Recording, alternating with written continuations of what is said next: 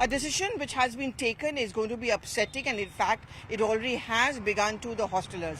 What has been ruled by a Bengaluru court is an endorsement of a decision by the GST Council that there will be 12% GST applied as far as the hostel accommodation is concerned, which means if you live in a hostel and you have to pay a rent, then the landowner, the one landlord, also has to pay that 12% GST. The students will also have to therefore incur that cost, and this is something which has upset many.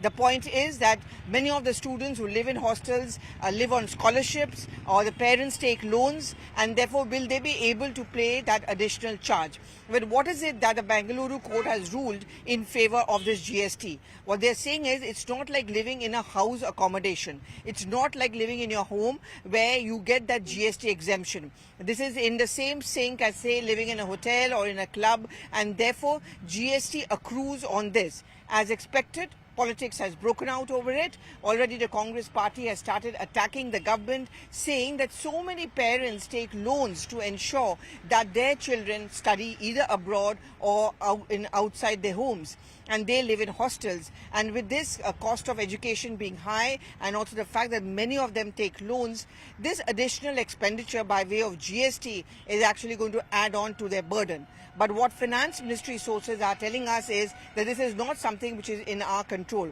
The court ruling makes it very, very clear on which grounds a hosteler or a landlord of a hostel will have to pay that GST, and everything need not be about politics. Well, will there be a rethink on it? Well, as of now, no. 18th July is when it became applicable, but certainly the pressure will be mounting on the Finance Ministry to ensure that it does a rethink on this, on what the critics point out actually affects the future of the students and also their parents who take loans to ensure that they can study.